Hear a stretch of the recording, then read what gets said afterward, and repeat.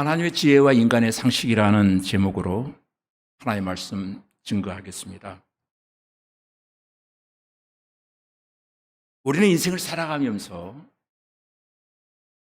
수없이 묻습니다. 속이 다 들어가는 날에는 이렇게 중얼거리곤 하기도 합니다. 왜 하필이면 나입니까? 왜 이런 고난이, 왜 이런 불공평한 일이 내게 찾아온 것입니까? 하나님, 지금 내 기도를 듣고 계시는 거 맞습니까? 도대체 이 모든 일에 무슨 뜻이 있는 겁니까? 이 질문은 때로 기도가 되지 못한 채 눈물로 연결되어 하염없이 쏟아집니다. 말이 아닌 침묵으로, 설명이 아닌 분노로 우리는 하늘 향해 묻습니다. 도대체 왜입니까? 그런데 그 질문을 가장 깊고 진지하게 던졌던 성경적 인물이 한 사람이 있다면 그 사람이 바로 욥입니다. 이 욥이라고 하는 이름의 의미는 핍박받는 자, 박해받는 자라고 하는 뜻을 가지고 있습니다. 그러면 도대체 욥이 그 생애 중 몇 년간 이와 같은 고난, 핍박, 박해를 받게 되었는가의 문제입니다. 욥기서 1장부터 42장까지의 기간을 성경학자들은 약 30년 정도로 추정하고 있습니다. 성경을 깊이 읽지 못한 어떤 목회자들은 또 이 본문을 가리켜서 욥의 고난의 기간은 3주에서 3개월 정도 되었을 것이다 라고 아주 가벼운 해석을 하시는 분들도 없지 않아 있습니다. 그런데 이런 겁니다. 1장에서 고난이 시작되어질 때에 욥의 나이가 70세였고 고난이 끝날 때의 나이가 100세였다는 겁니다. 고난이 끝난 이후에 성경 욥기서 42장 16절에 보면은 그 후에 몇 년을 140년을 더하면은 욥은 몇 살까지 살았다는 계산이 나옵니까? 240세까지 살았다는 이야기가 되어지는 겁니다. 여기서 42장 16절에 이렇게 기록하고 있습니다. 그 후에 욥이 140년을 살며 아들 손자 4대까지 보며 라고 기록되어 있습니다. 제가 오늘 여러분에게 강조하고자 하는 아주 중요한 메시지는 바로 그겁니다. 3주도 아니고 3개월도 아니고 3년도 아니고 30년 동안 미움과 박해를 받으면서도 욥에게 있어 한결같은 것이 있다면 그에게는 바로 에무나의 믿음이 있었다는 겁니다. 아팠어요. 힘들었어요. 괴로웠어요. 그러나 그는 견뎌냅니다. 그러나 그는 버텨냅니다. 그러나 그는 그 고난의 자리를 지키면서 벗어나려고 하지 않습니다. 더 중요한 것은 욥이 입술로 범죄하지 아니하고 하나님을 향하여 원망하지 않았더라. 몇 년 동안? 30년 동안 말입니다. 욥의 믿음이란 무엇인가? 해피엔딩이 아니다는 거예요. 장애물이 제거되는 것이 아니에요. 믿음의 길을 가는 순례의 그 여정 속에는 많은 장애물들이 있었지만 그는 하루 이틀 1, 2년이 아닌 30년간 버텨낸 겁니다. 눈에 넣어도 아깝지 아니한 그 자녀들을 하루아침에 다 잃었습니다. 자녀를 잃은 부모의 마음 아십니까? 그 자녀를 부모는 산에 묻었다고 사람들은 생각하지만 가슴에 묻고 평생을 살아갑니다. 재산을 잃었습니다. 재산이 때로는 자존감의 상징이기도 하거든요. 재산을 다 잃었어요. 우울합니다. 설상가상으로 건강까지 잃어버렸습니다. 이와 같은 모습을 바라본 아내는 욥에게 하는 말이 하나님을 욕하고 죽으라고 말합니다. 내가 그렇게도 좋아하는 그 하나님을 축복하고 나는 네가 자결하기를 원한다라고 하는 그런 메시지를 남겼습니다. 이 소식을 듣고 3명의 친구가 찾아옵니다. 친구들이 하는 말은 한결같이 유선적인 충고를 합니다. 보이지 아니하는 죄의 결과가 오늘의 징벌이다. 아무에게도 자기의 가슴을 까보일 수 없었던 욥은 하나님 앞에 절규합니다. 하나님, 도대체 내가 무엇을 잘못했습니까? 나는 밤이 새도록 기도하는데 나의 하나님 왜 침묵하십니까? 왜 나를 이렇게 산산조각 나도록 부서지게 내버려 두십니까? 그럼에도 불구하고 하나님은 욥의 절규에 한마디의 설명도 해주시지 않습니다. 그런데 오늘 본문에 보니까 욥에게 설명 대신 질문을 던지는 것으로 욥과의 대화를 하나님이 열어가십니다. 근데 그 질문은 아주 낯선 질문이에요. 보통 설교자들이 본문을 설교하려고 하질 않습니다. 너무 난해하기 때문에. 근데 부득불 저는 순서상 어쩔 수 없이 39장을 해야 40장을 나가니까 절차에 의해서 저는 어쩔 수 없이 지금 하고 있습니다.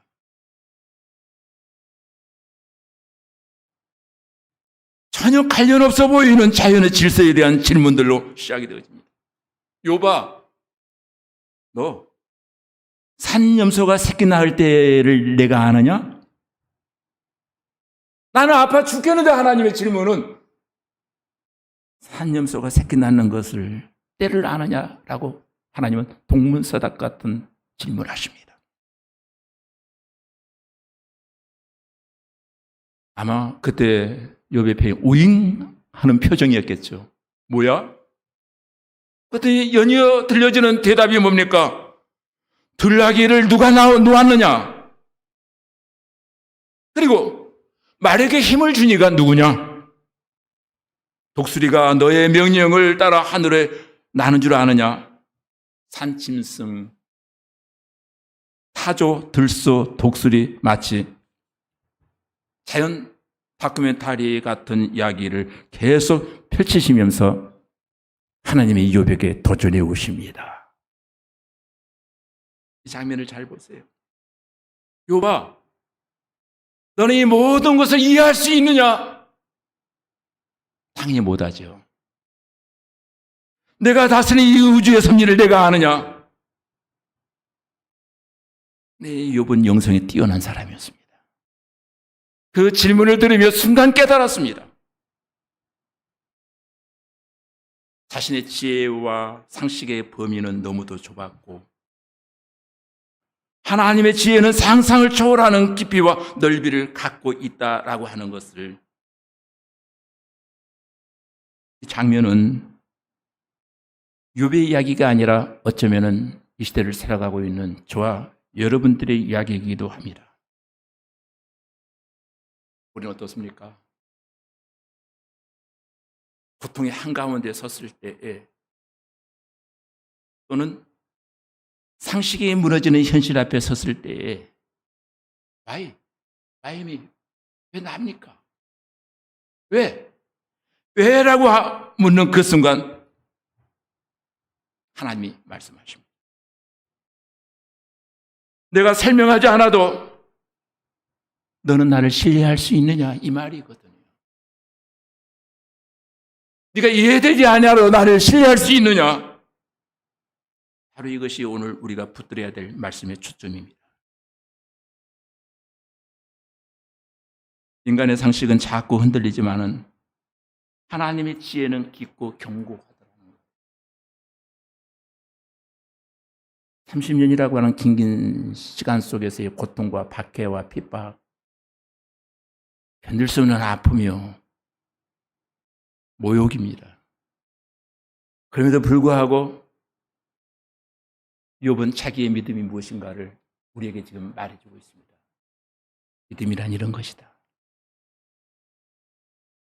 언제까지 견디냐? 긴긴 30년이라고 하는 긴긴 세월을 기다리며 하나님의 때를 기다리고 있더라는 것입니다. 오늘 본문이 우리에게 주고자 하는 메시지는 크게 몇 가지가 있습니다.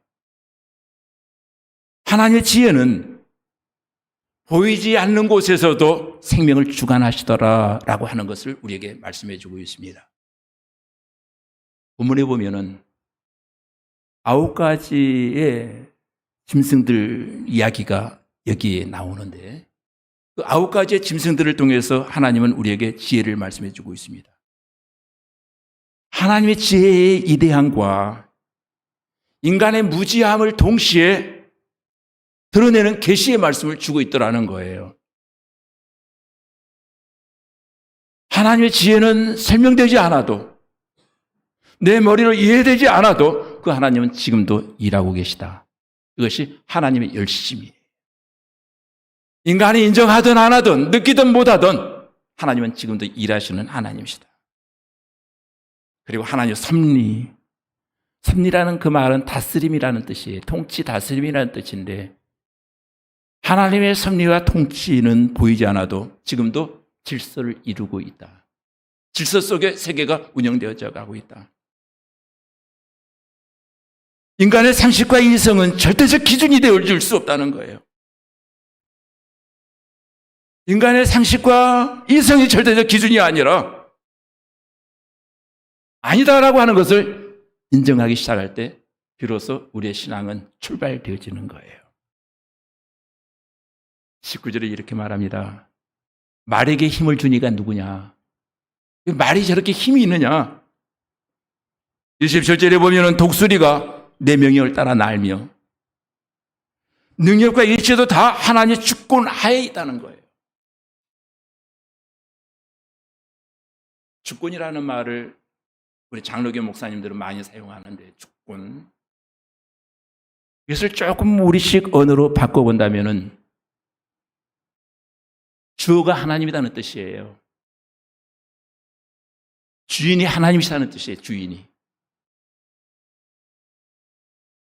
고난의 순간 욥은 자기의 상식으로 지금에 일어나는 모든 현상과 형편을 이해하려고 했습니다마는 하나님은 창조의 이치를 보여주시면서 이렇게 말씀하십니다. 내가 다 할 수 없지만 나는 실수하지 않는다.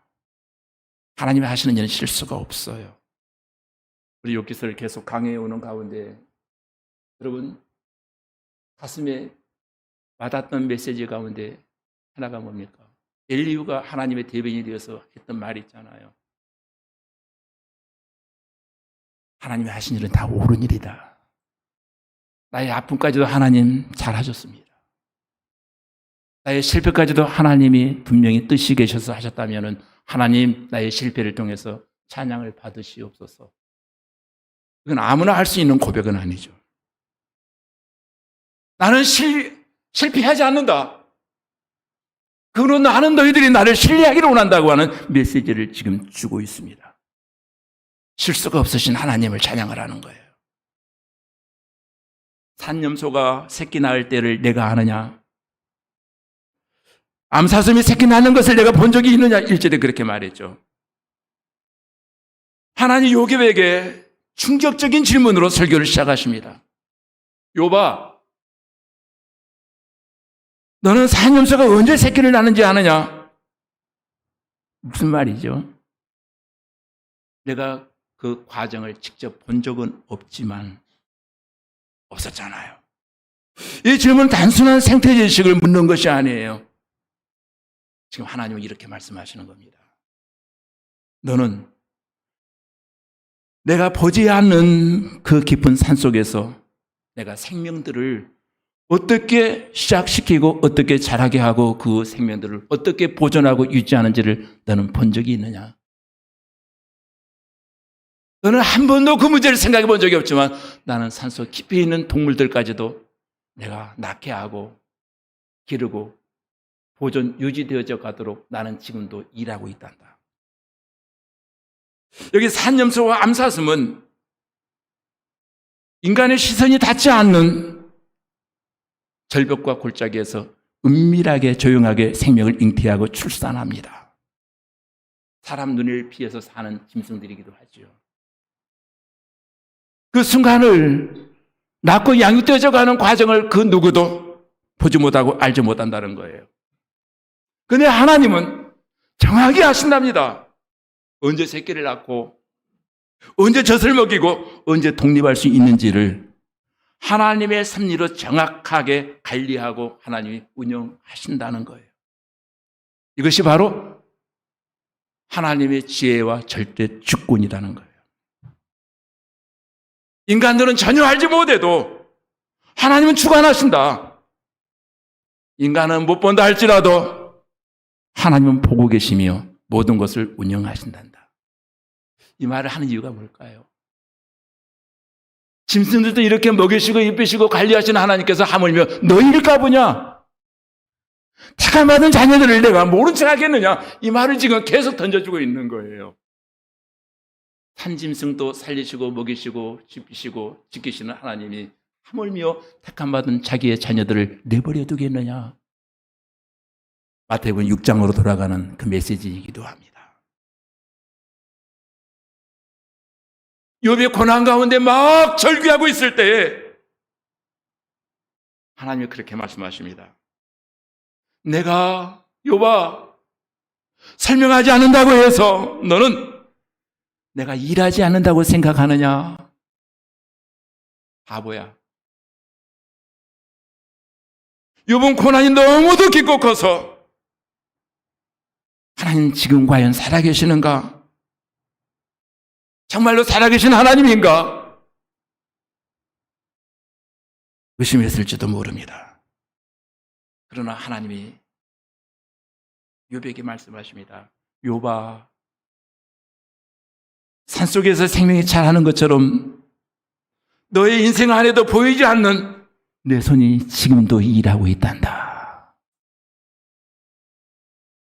이거 좀 알아주면 안 될까? 안타까운 마음이에요, 지금 하나님은.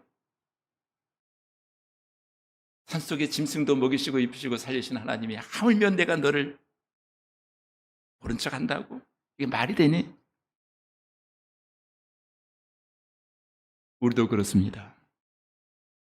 기도했는데 몸부림을 쳤는데 아무 응답도 들리지 않는 것처럼 느껴집니다. 에게 주어진 모든 상황은 정지된 것만 같습니다. 기도했는데 변화의 조짐은 보이지 않아요. 아니,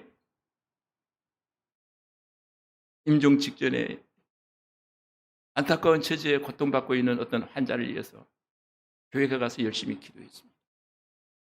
살려달라고, 회복시켜달라고. 그리고 하나님의 역사를 우리는 기대하잖아요. 그리고 돌아온 이후에 목사님이 보호자에게 전화를 합니다. 환자의 상태는 어떻습니까? 그리고 대답은 목사님 다녀가신 이후에 얼마나 더 아파하는지를 몰라요. 목사님이 쭉 빠졌죠. 지금 상황이 그런 상황. 기도했는데 절규했는데 응답이 오질 않아요. 하나님 계속 침묵하시고 고통은 더 가중되어져만 가고 있습니다. 이런 느낌이 내 마음속에 움츠릴 때 우리는 이런 생각을 합니다. 혹시 하나님이 이름을 부르며 기도하는 사람이 너무도 많기 때문에 내 소리를 듣지 못한 것 아닐까? 하나님 나를 보지 못한 것은 아닐까? 그때 이 말씀이 여러분 귀에 들려와야 합니다. 산염소가 새끼 낳는 것을 내가 본 적이 있느냐? 참 코믹이에요. 저는 제가 볼 때 굉장히 우잉으로 들려왔습니다. 왜 이런 질문을 하셨을까? 보지 못했지만 그것은 분명히 일어나고 있습니다. 하나님은 하나님의 깊은 지혜 속에서 우리 인생의 가장 은밀한 곳에서 내 생명을 잉태하고 내 생애를 만지시고 내 생애에 동참하시는 하나님.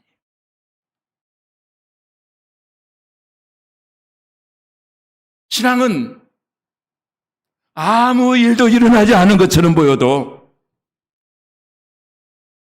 하나님이 일하고 계심을 믿는 것입니다. 하나님의 열심을 우리는 신뢰하는 거예요. 설명이 없어도 하나님의 손은 지금도 일하고 계시다. 아멘이 되시기를 주님의 이름으로 축복합니다. 하나님의 일선이 인간의 상식을 초월하여 움직인다라고 하는 것을 또 5절에 보니까 이렇게 말합니다. 들나귀가 누가 놓았느냐? 누가 들나귀의 매임을 풀었느냐? 16절에 보니까 타조는 자식에게 모종이 없나니 하나님은 이번에 들짐승의 세계로 시선을 돌리고 있습니다. 들나귀, 들소, 타조, 인간의 손에 길들여지지 않고 이해되지 않는 생명들을 상징하는 새 동물입니다. 들나귀는 인간의 능력으로는 붙잡아줄 수 없는 동물이답니다. 자유 속에서도 질서 안에 살아가는 존재, 들판을 마음껏 뛰어다니는 존재. 아무도 다스릴 수 없지만은 하나님이 그 들소에게 자유를 허락하셨고 하나님만이 그 들소를 통제할 수 있단다.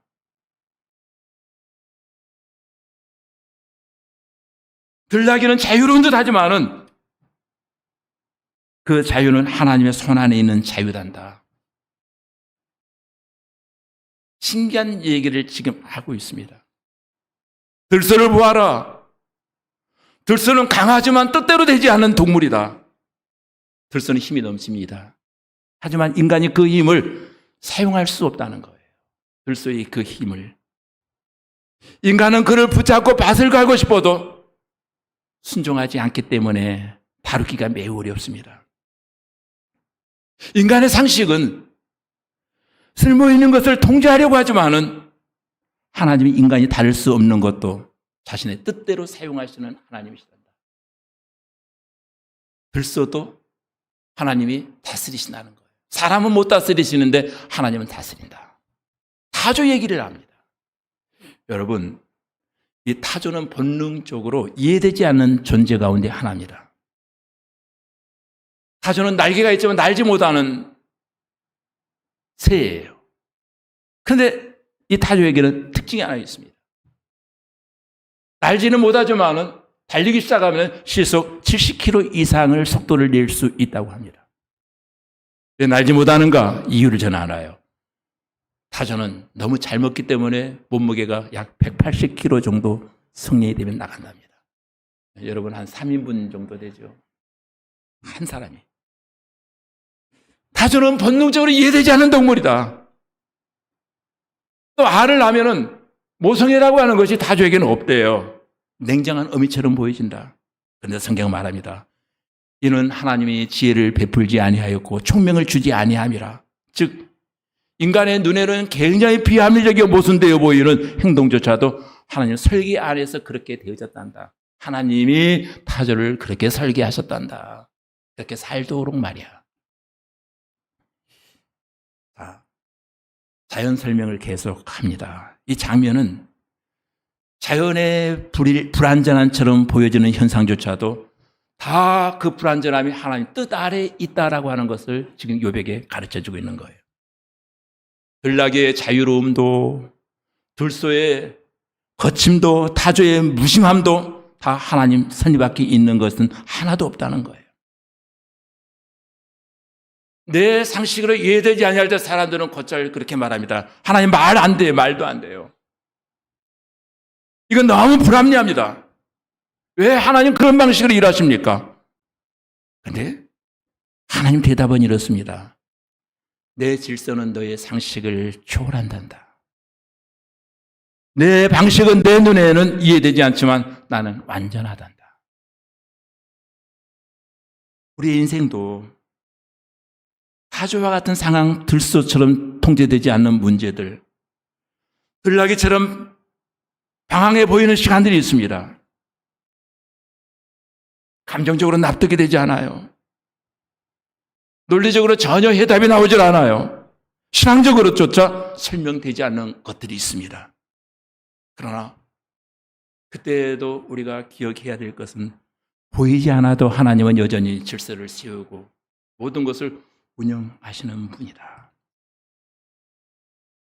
내 상식이 멈추는 자리에서 비로소 우리의 신앙이 시작되어진다는 거예요.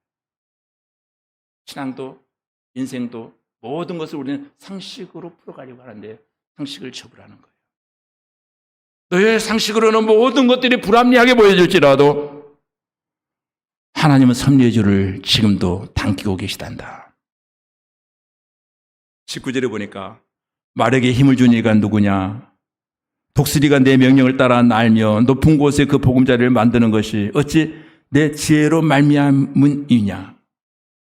이제 하나님은 지금 이 본문을 통해서 강함과 높음의 상징인 두 동물을 지금 말하고 있습니다. 이 두 동물은 전쟁의 말과 하늘의 독수리를 예로 지금 사용하고 있습니다. 말은 땅에서 가장 용맹스러운 동물의 상징이기도 합니다. 전쟁이 일어나면 말은 선두에 섭니다. 두려움 없이 전진합니다. 군대를 승리로 이끄는 존재가 말이에요. 그러나 그 말의 힘과 용기를 인간이 준 것이냐? 인간이 말에게 그와 같은 힘을 주었느냐? 아니다는 거예요. 하나님이 그 목에 19절에 보니까 갈기를 입히시고 말에게 힘을 주셨다라고 말합니다. 말에게 힘을 주신 이가 하나님이시다. 독수리는 하늘의 지배자의 상징이잖아요. 근데 독수리는 높은 절벽에 둥지를 틀고 하늘을 비행하면서 멀리서 먹잇감을 살핍니다. 높은 곳에 사는 것, 높은 곳에 나는 것, 높은 곳을 비상하며 거기에 집을 짓는 것, 이게 인간의 지혜나 방법으로 독수리가 그와 같은 일을 하는 것이 아니다. 하나님이 그렇게 설계하셨단다. 독수리는 높이 날고 높은 곳에 집을 짓고 높은 곳에서 살도록 하나님이 그렇게 만들었단다. 하나님은 능력도 위치도 용명도 비상함도 모두 다 내가 주인이야, 내가 주어야, 다 내 뜻대로 그렇게 결정되어진 거야. 누가 위로 올라갈지, 누가 낮은 곳에 있을지, 누가 말처럼 쓰임 받을지, 누가 독수리처럼 하늘을 날게 될지 인간이 정한 것은 하나도 없어. 인간들은 이해할 수 없어. 이 모든 것을 한 이가 누구냐?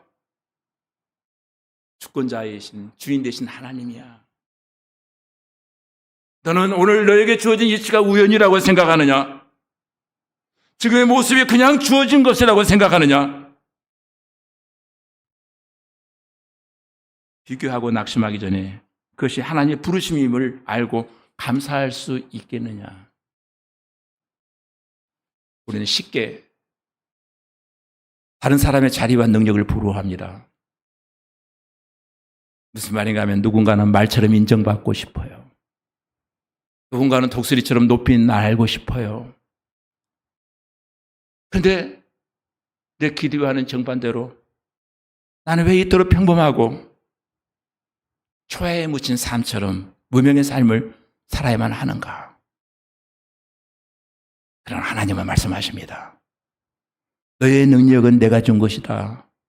너의 의지도 내가 정한 것이다. 그리고 그것은 다 우연이 아니야. 비교하려고 하지 마. 비교는 사탄의 전략이고 부르심을 기억하는 것이 믿음의 전략이야. 누가 뭐라 해도 너에게 주어진 그 이치가 하나님의 작품이야. 너의 자리는 우연이 아니라 하나님의 섭리란다. 이걸 지금 욥에게 말하는 거예요. 욥은 고통의 깊은 수렁 속에서 하나님께 묻습니다. 왜입니까? 와임이 왜 나예요? 하필이면 너무 힘들어요. 도대체 이 고통에 무슨 의미가 있단 말입니까? 그러나 하나님은 와이미를 예쳐대는 욥의 질문에 직접적으로 전혀 대답해 주지 않습니다. 대신 욥에게 자연의 동물들 9가지의 짐승들의 일화를 지금 소개하고 있습니다.